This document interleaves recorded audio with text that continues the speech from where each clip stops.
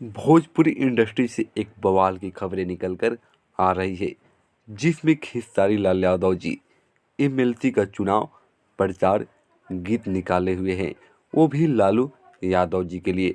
आपको बता दें कि यहाँ पर इस एल्बम को देख रहे हैं, इसमें बताया गया है कि लालू बिना चालू बिहार ना हुई। इस गाने को इनके चाचा श्री यानी खेसारी लाल यादव जी के चाचा कृष्णा बेदर्दी जी लिखे हैं। और ये गाना जो गाए हैं यहाँ पर जो देख रहे हैं अनिल सम्राट के लिए।